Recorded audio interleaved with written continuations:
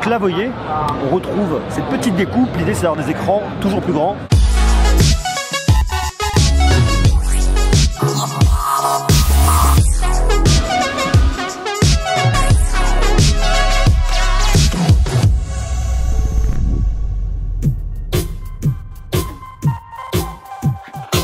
Troisième jour au CES, franchement fatigué. Là, on est jeudi, c'est plusieurs journées quand même à travailler, sortir, monter. Voilà, ça c'est dur. Mais bon, c'est pas grave. Allez, on y va pour cette nouvelle journée.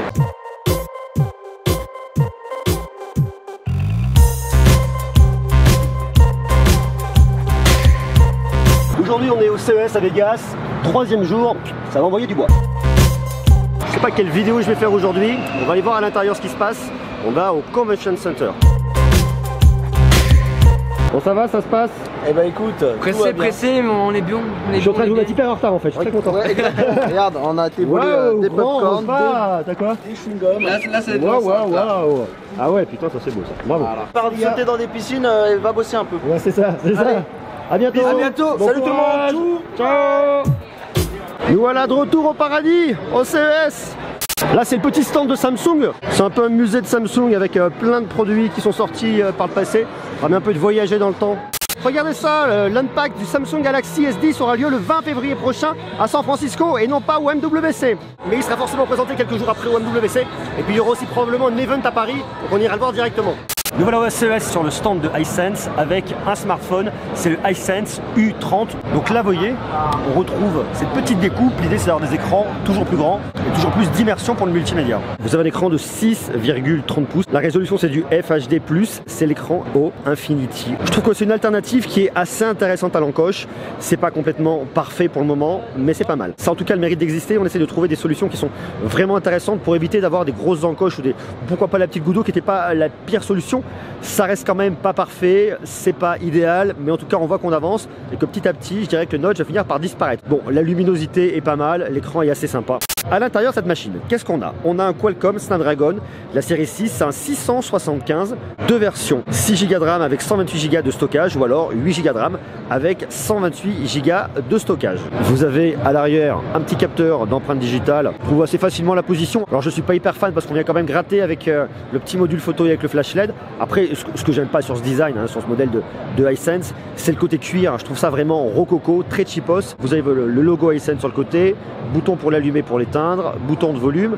Et de l'autre côté, on a un bouton qui est dédié, en fin de compte, à l'appareil photo. Ça permet d'arriver directement dessus. Ça, c'est pas mal. Alors justement, parlons photo. Vous avez un double module ici, 48 mégapixels plus 5 mégapixels. Le 5 mégapixels va vraiment être là en termes de renfort pour le mode portrait. Et à l'avant, il y a une caméra de selfie ici de 20 mégapixels. Pour faire tourner tout ça, on a une énorme batterie de 4500 mAh. Je vous dis, pour le déverrouiller, vous avez le capteur d'empreinte digitale, mais vous avez aussi Face Unlock. Et on tourne là-dessus sur un Android 9 Pie avec la surcouche, c'est Vision UI. Il a également de la recharge rapide, c'est la Quick Charge 4. Alors sur le mode photo, on a de l'intelligence artificielle. Oula, c'est très bizarre. Mode beauté, photo, vidéo et text mode. Ça, c'est pour reconnaître du texte. Vous avez même les modes panorama. Bon, vous voyez, on a plein de photos que les gens nous ont fait. Alors qu'est-ce qu'on a comme photo? Là, on a un petit terrain avec des joueurs, c'est assez rigolo. Pourquoi pas? Bon, il n'y a rien de bien foufou, hein. Je suis pas sûr de notre côté que ce soit vraiment le photophone du siècle. Vous voyez, il y en a un truc qui est un peu zoomé, c'est pas terrible, c'est très flou. Voilà, bon, c'est un petit smartphone un peu rigolo. On voit vraiment qu'en tout cas, ces écrans Infinity Haut avec cette petite découpe-là, il va y en avoir de plus en plus en 2019.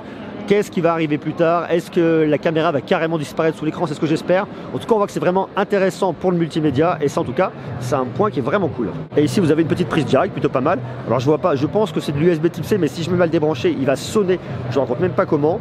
Haut-parleur mono sur le côté. Ce smartphone va être dispo en Europe à partir du mois de mai. J'ai pas le tarif en euros, mais il a coûté à peu près 500 $. Bon, je pense qu'on va arriver autour des 450 € hors taxe. Vous rajoutez ensuite 20% de TVA. À mon avis, 550 €, 600 €, c'est à peu près le prix du OnePlus 6T à sa sortie. C'est ce qu'on risque d'avoir. Dites-moi ce que vous en pensez. Est-ce que c'est un produit qui pourrait vous intéresser? Est-ce que vous pourriez aller dessus? Est-ce que vous pourriez l'acheter? Est-ce qu'il vous tente? Voilà, vous me dites tout ça. Et puis comme il vient de me décrocher à l'instant, je vous confirme qu'on a de l'USB type C juste là pour la recharge. Donc ça, c'est franchement super cool. Voilà. Vous me dites ce que vous en pensez. On en reparlera de ce produit. Je vais aller voir les gens de Hisense pour prendre quelques contacts pour qu'on puisse rester connectés et en discuter. Dites-moi ce que vous en pensez en bas en commentaire. Est-ce que c'est un truc que vous pourriez acheter? Oui, non, voilà, vous marquez tout ça. Et puis on en parle très bientôt. Donc là on est sur l'énorme stand de Qualcomm, où il y a plein de trucs. Ici forcément on va parler 5G, alors Qualcomm on en reparlera quand même un peu plus tard. Lorsqu'on sera au MWC on va parler de la 5G, mais on va également parler du nouveau Snapdragon 855. Ça c'est la config qu'il faudrait que j'ai. Alors j'ai pas exactement celle-là mais j'ai un GH5 et je pense que franchement ça pourrait être super cool au studio. J'ai l'impression qu'il y a un appareil Nikon qui a passé un mauvais moment là. Alors on est sur l'énorme stand de Samsung. Bon, ici on parle de Bixby, on parle de 5G. Il y a l'écran qu'on a vu l'année dernière, The Wall. On a aussi toute une partie concernant les portables qui n'était pas sur le stand l'année dernière. Donc là vous avez toute la partie pour les smartphones, Note 9, tout ça, tout l'espace Galaxy. Bon voilà, il y a plein de trucs hyper intéressants. On parle de QLED, du 8K, on parle de plein de choses. Donc tout ça on en reparlera, on parlera de Samsung très prochainement. C'est un stand qui est vraiment toujours très impressionnant. On est sur le stand de Mercedes et ça, c'est je dirais leur vision, en tout cas, peut-être juste un proto de la voiture du futur, voiture qui se déplacera seule, voiture complètement autonome.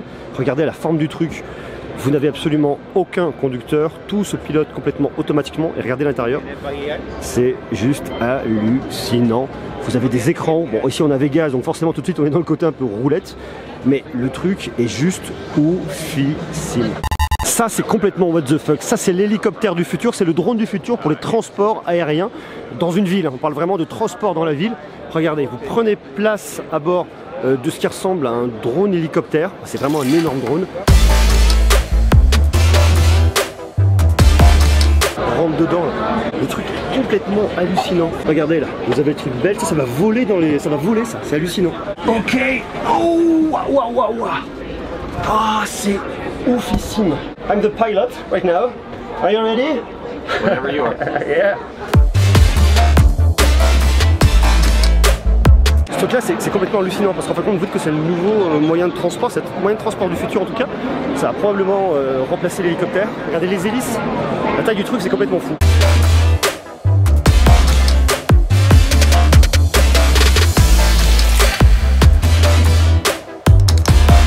Ce véhicule c'est un taxi en fait, c'est un taxi volant, c'est le Uber du futur, permettra de se déplacer dans les villes, c'est la nouvelle mobilité urbaine, et ça c'est intéressant.